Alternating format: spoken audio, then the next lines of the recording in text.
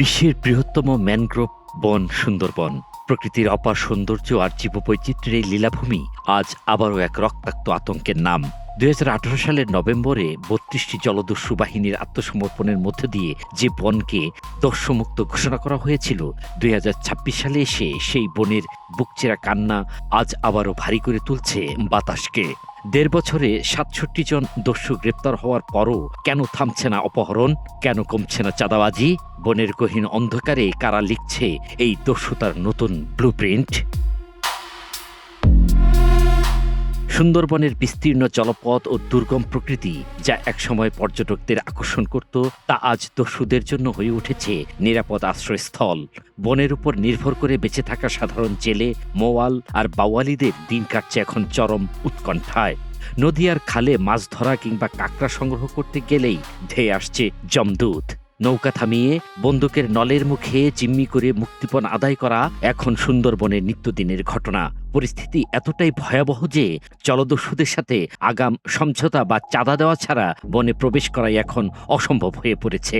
সুন্দরবনে কাঁকড়া ধরতে যায়, কাঁকড়া ধরতে যাওয়ার পরে দোলাভাই পার্টির সাথে দেখা হয়। দেখা হলে আমার উঠায় নেয়, নিয়ে দীর্ঘ ১৭ দিন আমার তাদের নৌকায় শিকল দিয়ে রেখে ১৭ দিন পর তাদের মুক্তিপণ দেওয়ার পরে ১৭ দিন পর আমার আলোর মুখ দেখতে পাই, শহরে আসতে পারি, বউ বাচ্চা কাচ্চার সামনে আসতে পারছি। অনুসন্ধানে উঠে এসেছে এক চাঞ্চল্যকর তথ্য। সুন্দরবনের নদী আর খালের এই জটিল নেটওয়ার্ককে কাজে লাগিয়ে গত ১.৫ বছরে নতুন করে সক্রিয় হয়ে উঠেছে একাধিক খুনি বাহিনী। এদের মধ্যে অন্যতম করিম শরীফ বাহিনী, নানা ভাই বাহিনী, ছোট সুমন বাহিনী, আলিফ বাহিনী এবং আসাবুর বাহিনী। মুহূর্তের মধ্যে স্থান পরিবর্তনে সক্ষম এই দস্যুদের নির্মমতার শিকার হয়েছেন শত শত সাধারণ বনজীবী। গত ১.৫ বছরে এদের নির্যাতনে আহত হয়েছেন কয়েক শত মানুষ। কিন্তু ২০১৮ সালে দস্যুমুক্ত সুন্দরবনে হঠাৎ এই নরকের দরজা খুলল কিভাবে? স্থানীয়দের দাবি, ২০২৪ সালের আগস্টের পর দেশের রাজনৈতিক অস্থিরতার সুযোগে বনের ওপর প্রশাসনিক নজরদারি কিছুটা শিথিল হয়ে পড়ে, আর সেই সুযোগেই মাথাচাড়া দিয়ে ওঠে এই নতুন দস্যু সিন্ডিকেট। আমাদের কে দেখবে? আমার বাচ্চা কাচ্চারা কে দেখবে? আমার দুমুঠো ভাত দিয়ে আর কেউ নেই দুনিয়ার পরে, আমার স্বামী ছাড়া। আমি আমার স্বামীর বিচার চাই, আমার স্বামীকে ফেরত চাই। তবে দস্যুদের এই তাণ্ডবের বিরুদ্ধে হাত গুটিয়ে বসে নেই আইন শৃঙ্খলা রক্ষাকারী বাহিনী। সুন্দরবনের বুক থেকে দস্যুতা উপড়ে ফেলতে নিয়মিত পরিচালিত হচ্ছে সাঁড়াশি অভিযান।